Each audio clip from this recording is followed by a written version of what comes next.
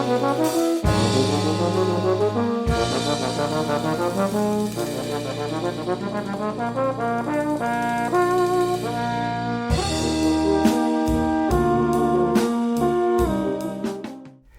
everybody, Michael Davis here, and welcome to Bone2Pick. Happy New Year, everybody. We wish you much success and health in 2019.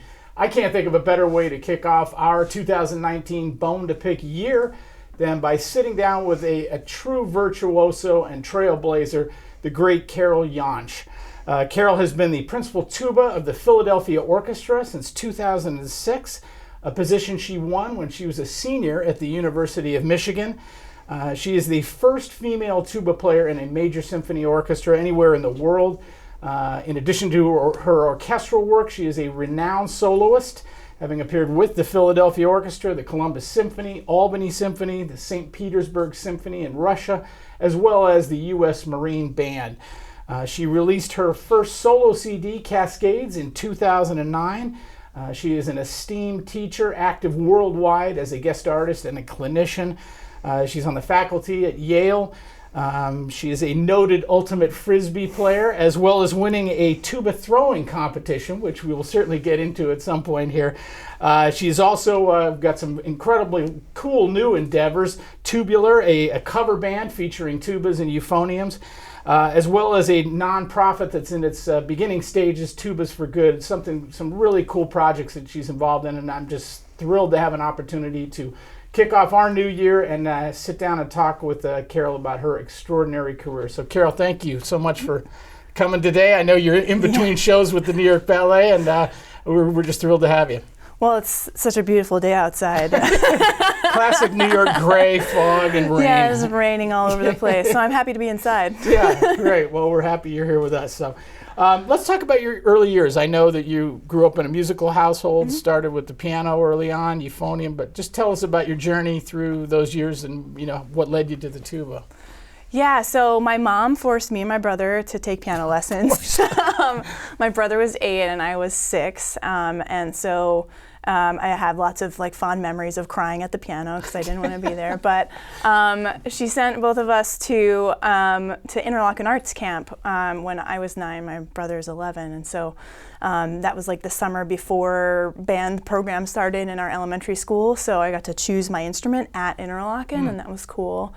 I took this class called Instrument Exploration where they show you all the instruments and then you get to pick one and learn it for the second half.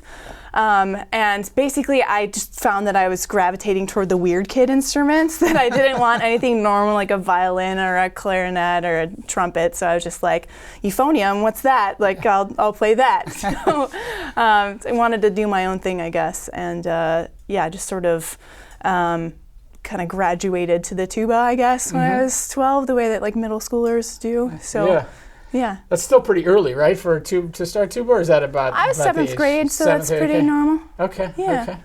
Very cool. And then you went from there and ended up going to Interlochen, right, through the high school years. Couldn't get enough of that place. Well, that place has turned out so many great musicians. And I still go back as much as I can.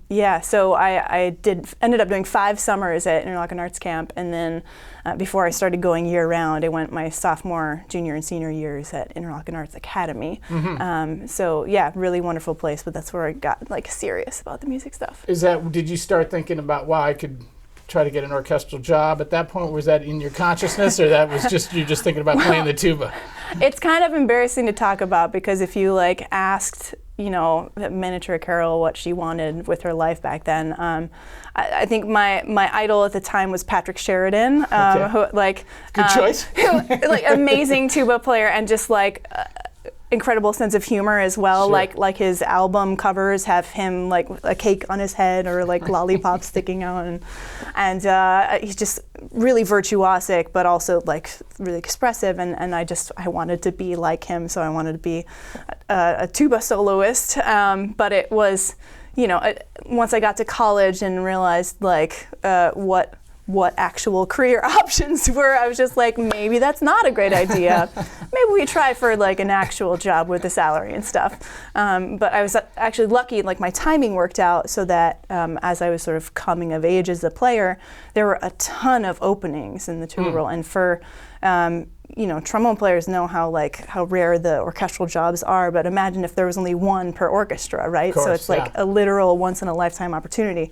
So you have to apply for it. So I sent, tapes and resumes in for everything from like San Francisco and Boston and Cleveland and Pittsburgh and Philly and Milwaukee. Like all of these were happening in like this kind of 5-year span where I was like starting to get good. So I was just like, let's do this, Wow. So this is now you're at University of Michigan. Right. And studying with Fritz Kenzig. Right. And so he was, I'm guessing, your primary teacher at that at that stage of your career and life. Yep. Cool. It is interesting there was that many auditions open. Like you said, it's only one chair, so it's right. Yeah. That's and I should mention, if you're going to talk about teachers, I should mention Tom Ricobono because he gave me an amazing start at Interlock. And so I actually studied with a trombone player, so that's why I'm cool with the trombone stuff. Most people aren't, but it's good to know that you're okay with the trombones. Well, let's talk a little bit about that period, because I know in doing the research for this interview, it was fascinating to me that you'd reached the semifinals for the New York Philharmonic job that Alan Baer ended up getting. But what was that experience like? You were only a sophomore at the University of Michigan. It's pretty incredible and kind of a forecast of what was going to come, later. But that's a funny story actually, because I actually made my tape for that audition over the summer. The summer of 2003, I was at Henry Mancini Institute, which sadly doesn't exist anymore, but there was an amazing summer festival out in LA. And Jim Self was my teacher there, and he actually hooked me up, the festival set me up with an actual recording engineer, and so we had a great hall and a recording engineer, so it was a really good quality tape. But I think I did something like 43 takes of Also Sprach because they demanded everything on C tuba, and so and so I think take 34 was okay. So I worked really hard on this tape, and then I came back to school that fall and I played it for Kenzig, and he was like, I don't think so, maybe you should just move on with your life, because but I hadn't heard back from them yet, and so I basically wasn't planning on hearing back from them. But I was planning a recital for mid-October, and then I get this call, I think it was a week or two before this recital of mine, that was we would like you to come audition for the New York Philharmonic in 11 days or something. And so I was it was completely off my radar, and it was just hadn't been working on excerpts or anything. And so I was just it was a fun experience, because for me, I was 18, and I was just in this room with all the semifinalists of this audition, which was a veritable who's who of tuba playing at that moment. And so I'm just hi guys, I'm here too. And and I remember the book was in alphabetical order, right? So and the way they had the semifinals, you just played the book down in alphabetical order, and so it was Berlioz, Berlioz, Berlioz, and then Mahler. And so I was just I was in F tuba shape, so I was nailing the Berlioz. I was yeah, Romeo and Juliet, got it. Hungarian March, got it. And then it was Mahler 5, and I was oh, I'm not ready for this. Wow. But the personnel manager was super nice. He was just you gave it a really good effort. Keep working on it. I was just thanks. Wow, that's incredible. Wow, to experience that at 18, that's amazing. Well, obviously a precursor to what was going to come in 2006, and maybe talk to us a little bit. We had the good fortune of having Blair Bollinger on us on the show a couple of months back, and he was telling us about how he heard the first time he heard the tape or CD of you, and how he tells the story better than I do. Well, it sounded pretty incredible, and he talks about how much it just blew his mind. And absolutely, she's in the audition. But tell us about the experience of that, and then ultimately winning the position when you're still a senior in college. Well, I like to tell this story because it's one of those, when one door opens, or one door closes, a window opens somewhere else or something, because I actually sent my resume for the first opening of Philadelphia Orchestra, and I got a rejection letter back, which, when your resume basically says, Carol's a junior in college, that's, you expect that. And so I got this rejection letter, and I was kind of not really thinking about it, because that's just how it goes. And I was applying for summer festivals. I really wanted to go to Tanglewood. But then I found out early that I didn't get into Tanglewood. So then, like, the guy, I was dating this trumpet player guy at the time, who was just like, there's this brass festival in Maine we should check out. The application deadline hasn't happened yet. So I just like threw together this tape of stuff that, like, my New York Phil excerpts with some, something I'd done on a recital recently. So like I just threw a tape together last minute, and that was the Cacciatorian Violin Concerto. And just threw that I just like threw it together. I wasn't even thinking about it. So then, like, oh yeah, it's like it happened to be Blair listening to those tapes, and then like they happened to not hire anybody from that first round of auditions, and then that next round of auditions they invited people who couldn't come to the first one, and so like that's how I got my back door in there. Wow, that's a good consolation prize, not getting into Tanglewood, right? Right? Yeah. So it's because I did. So like, kids, if you don't get into Tanglewood, it's going to be okay. Now you've won the position. Now I guess you finish up your senior year at Michigan and then start the what an awesome thing. But what was that like in your first? Maybe take us through your first season or first couple seasons. Like how was that? Just kind of adjusting to the fact that you're now one of the premier orchestras anywhere in the world. You're the tuba player. Well, first and foremost, it was awesome, right? Like I would think so. Like going straight from college into like destination job, that was sweet. And so like musically, just like incredibly fulfilling. And I feel really fortunate that I sort of came of age playing with these people, because you're heavily influenced by the people you play with, and if you play day in and day out with like such high quality musicians, like starts to rub off on you a little bit. So I'm really thankful that like that's what I've got in my ear now. Like I'm 13 years in, and it feels like home to like have that kind of sound and stuff. So socially, pretty awkward.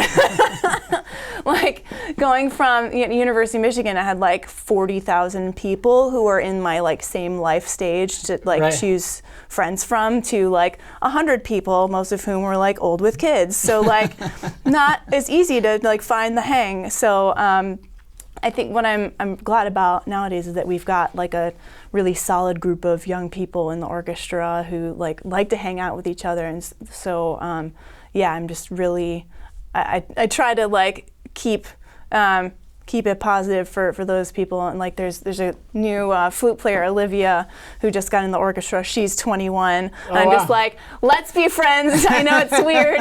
Like, let's hang out. I'm sure you can guide her in the right direction to jump over the little pitfalls that might occur from time to time for a young person in an orchestra. Yeah, it's very weird. So like adulting that young.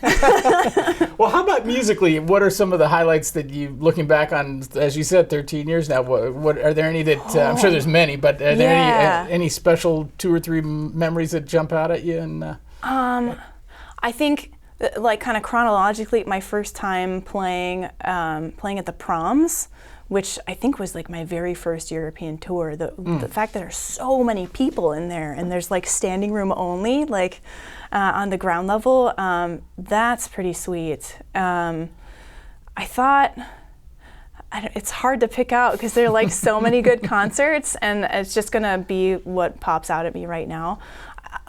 Last season we did Britain's War Requiem, which was really moving, and I don't know, Bernstein's Mass was also really cool.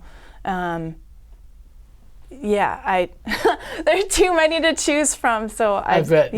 Those are the first couple that pop out right now. If you ask me at a different time, it'll be 4 or 5 other things. That's great, great memories. How do you view? Maybe this is a little too general, but I'll take a chance on it anyway. How do you view the role of the tuba in the orchestra, and specifically, how do you view it interacting with the trombone section, since you guys are kind of, I mean, you're your own entity, that's for sure, as the tubist, but certainly the trombones and the tuba are linked together. But how do you view that? That's one of the hats that I wear, right? It's just sort of like part of the trombone section. But for me, it's it's a more interesting experience when I get to wear different hats, you know, because some composers write for you as an extension of the trombone section, and it's like, that's cool, it's fine. But I also, you know, the reason why I think so many tuba players love playing Prokofiev is because like you get to switch roles like that. So like you'll be accompanying, you know, low strings or just like kind of filling out different kinds of sound colors. So for me, like, you know, primary responsibility is being a solid base for the entire brass section, right? That my sounds, my pitch, and is right on time and right there, so it makes everybody else feel more comfortable playing their parts. And so if I do my job right, like they don't really notice, but they just know that it's more comfortable to play. And and I feel like sound-wise, it can be to bridge the gap between, not gap, but like bridge the sound quality between like the brass and the low strings. So like I'm more of a blender than a sticker outer, I guess. Well said, I like it. Very eloquent, I know. Yeah, and for sure, I think you're absolutely right. It's the same in my world of more commercial and jazz and pop, whatever. But it all comes from the bass, you know. That the tuning certainly is all from that sound. So it's really nice the way you put that. That's so important. Let's shift gears a little bit outside of the orchestra and talk about your solo career. I know you released your first solo CD, Cascades, in 2009, so that's been a while ago. I'm sure you've got more. Well, we're going to talk about your other projects. I've been meaning to do another one, but I've got all these other things happening. So. But maybe talk about how that has evolved. I know you've soloed with various orchestras around the world, including in Russia. That must have been pretty cool. Yeah. And, but talk about your solo playing a little bit and what motivated you to get into that side of things. I probably just wanted to play the melody. Like I've always loved like just getting to play solos, like being the prominent voice, and it's weird now. It's evolved to the point where like it feels like a very separate life than like the life of an orchestral tuba player. Because if I get like an orchestral solo, like I get so nervous because like oh, really? Wow. I'm so used to playing with the orchestra that like, and I feel like my job is to like fit in with what everyone's doing. So I don't think of like there being a spotlight on me until like we get to that part of American in Paris where everything stops and just like, you know. So like that makes it, even though that's this like the easiest solo in the universe, like it gets me somehow. But like, for some reason, like playing a concerto, like because I'm in the moment and like I'm carrying the thing the whole time, you can get like in the zone, and that's it's just a completely different way of like you don't get to be in the zone very often as an orchestral tuba player, right? So it's like it's a completely different like mental experience. Yeah, tell us a little bit about the piece. I'm not familiar with this piece, but I'm going to be as soon as we get that here. But Reflections on the Mississippi by Michael Doty. Yeah, that was fun. So I got to work with Michael and the creation of that piece, and I'm really pleased with what he came up with because I think it has some really gorgeous melodies in it, which it's like simple but beautiful. It feels very like Americana, and yeah, some places to show off, but like I think it lies really well for the instrument because he studied so much. Like I spent like these marathon sessions, and these poor students at Michigan like had to do even more of them like when I wasn't in town. So like he would just kill my face because he'd be like, okay, like here's this like clip, and so try it, and okay, and then try it this way, and then try it that way, and so we would just go for like 5 hours. We'd be like, I need a break, dude. And it was just cool to be a part of that process, and I think it turned out nicely. Yeah, that's cool. Yeah. Well, we'll all check that out for sure. Let's talk about your work as an educator, as a teacher, and I know you inspire students where I'm sure pretty much wherever you go. I get the energy off you. I can imagine it's great getting an opportunity to study with you, but I know you're on faculty at Yale. Maybe talk a little bit about that. I'm sure you see Scott Hartman regularly up there, who's my good buddy from way back when, but how's, maybe just talk about that side of your career a little bit now. I know you're so young that it's like seems like, but you're already a very esteemed educator. So how's that good? Teaching was really important for me in my personal growth because I think I think it could have been really easy to get a job so young and then kind of like, I'm not the type to be complacent at all, but sort of, like slow your roll. And it was kind of jarring. One of the most jarring things about like going from school to the job was not having a teacher anymore. So like not having someone like help you figure out what to do from week to week and becoming that for yourself, like that was a real adjustment. And part of what really helped me like gain direction for myself was having to teach students, having to verbalize the things that I think about when I'm playing, and like basically like create my own, like verbalize my own pedagogy. And so like so figuring that out over the course of time, it was like, I feel bad for the people who studied with me like 10 years ago because I had no idea what I was talking about, but like I feel like eventually I've found my point where like, okay, now I know what I'm talking about. So like I'm still starting to get there anyway, but but I think it's I think the one serves the other, right? That like teaching helps me understand more what I'm doing when I'm playing, and then playing, like having that experience and thinking about those things helps me teach better. So like I really love the balance that I have there, where I've got a couple really great students at Yale, and sometimes I have one at Temple, but yeah, it just really enhances what I do. So I can plan on continuing. Yeah, very cool, very cool. Let's talk a little bit about your cover band. Yeah. Sounds really interesting. Not something you hear from orchestral musicians, but certainly tuba players. But tell us about Tubular a little bit. So Tubular is basically like my buddies from college, who was like wanted to start a band. I got hired to do a concert for the Philadelphia Chamber Music Society, and I was just like, man, I could do brass quintet, but sometimes it's hard to talk people into doing stuff. I was like, what if I just like ask my friends, and a bunch of my friends from school had gotten jobs in the military bands on the East Coast, so between DC and Baltimore. So I asked the guy, like, do you guys want to do this thing? And then as we were like working on this show, we're like, what if we tried to like be a band? And at first you're just sort of like, okay, you hear like tuba euphonium quartet becoming a band, like who's gonna want to like come to a bar and hear a tuba euphonium quartet? Like that's okay. So first things first, like we got to have a drummer. And I was like, this is gonna be just stupid.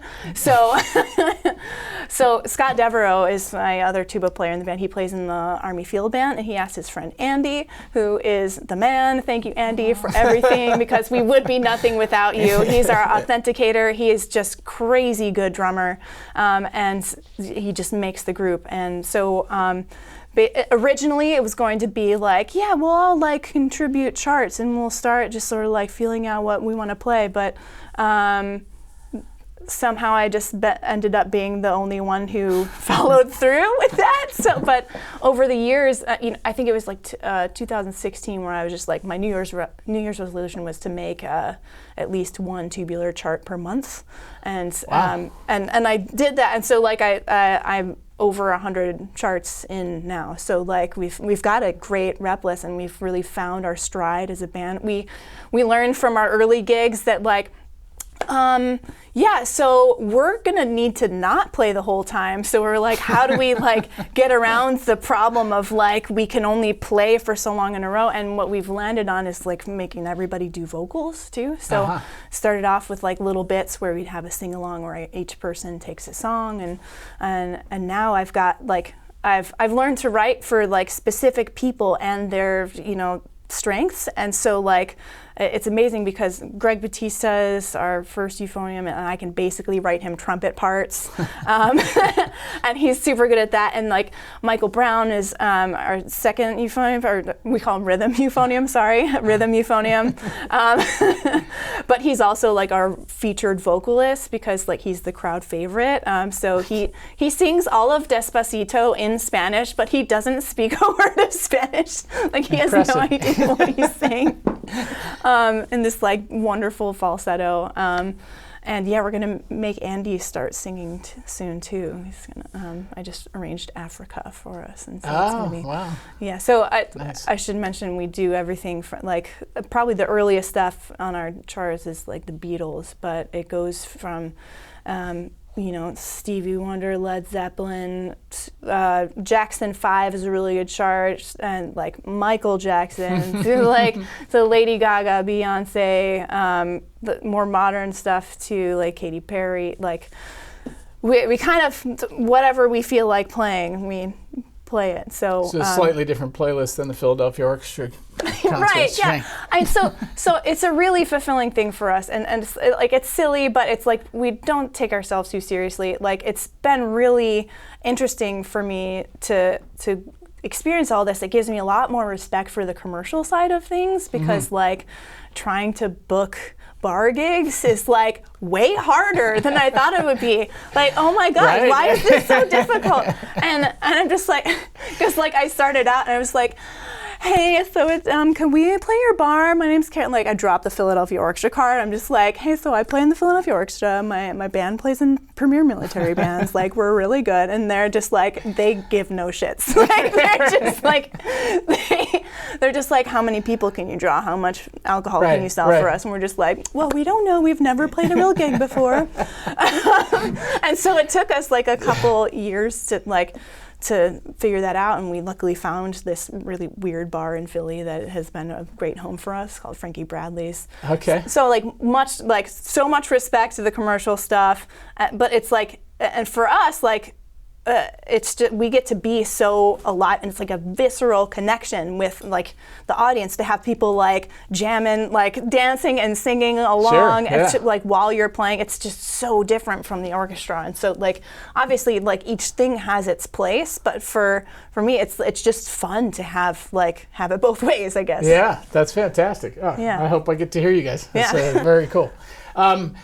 Another project that sounds amazing, Tubas for Good. Tell us a little bit about that, a nonprofit you're starting, and where do you envision that going? Yeah, very much in its infancy, but basically the seeds of it were planted when I was talking to a friend of mine who teaches brass in the Philly public schools, and I was just making conversation, and I was just like, so you got any good tuba students this year? And he was just like, are you kidding me? We don't have any tubas.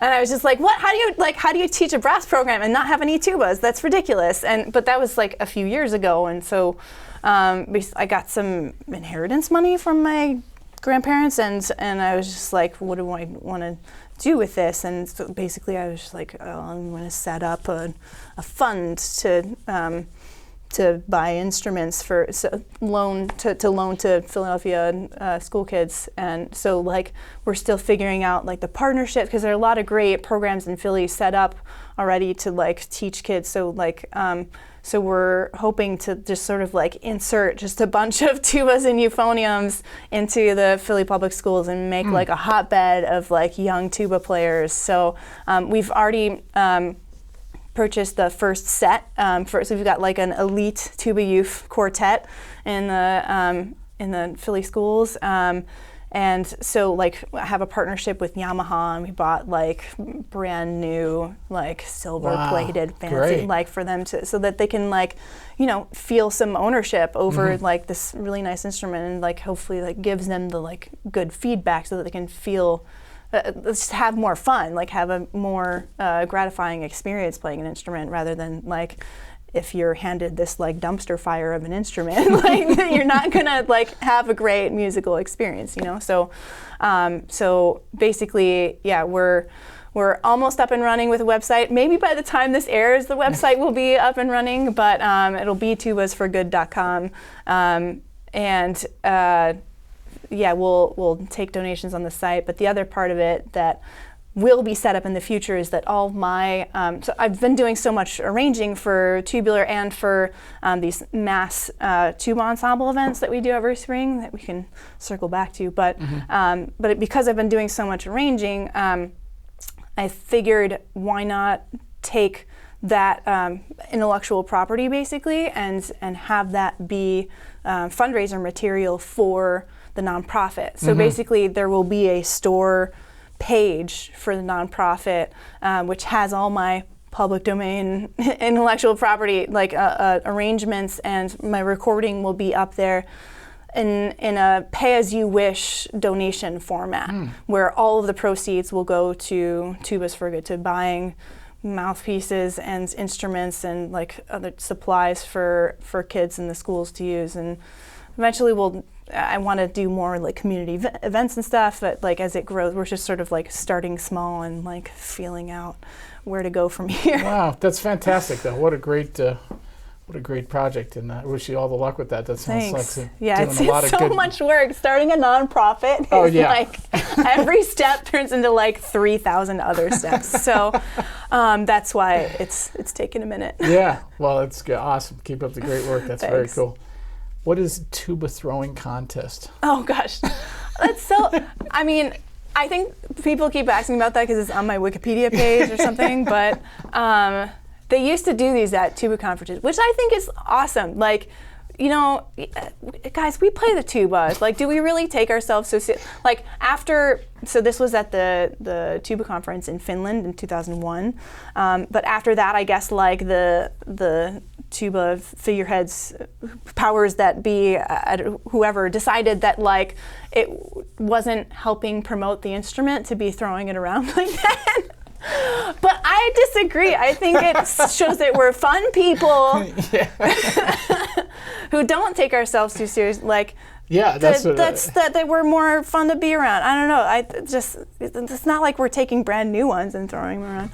Anyway, so that used to be a tradition at tuba conferences. There would be like a tuba throwing competition, and this one in Finland, because it's the land of lakes, we did it at the end of a dock, right? And they had this beat up old horn that they plugged with styrofoam, so it was just a very important step. And I was observing everyone that went before me, and I saw that the people who were throwing it furthest were the ones who were like following that momentum into the water, and so I did that because, of course. But see, like, I didn't even win the competition. I wasn't even close to winning the competition. But like, they announced later that I won the women's division, right? Because like, I was the only girl who was willing to jump in the water. So I mean, I don't feel like it should get as much attention as that. It's a pretty good story, I gotta say. And you've got so much on your plate. It's just fantastic to hear about all your projects that you're doing. Long term, as you look forward to your career, it sounds like you're looking at all these other aspects in addition to what you're doing, in addition to your day job, so to speak. Do you look down the road and think, wow, I wonder what, the Chicago Symphony when Gene retires, or, whatever, any of these positions, are you kind of looking at like, this is, I'm in Philly and I'm loving it and I'm doing all my other work, or is it not even part of your consciousness at this stage of the game?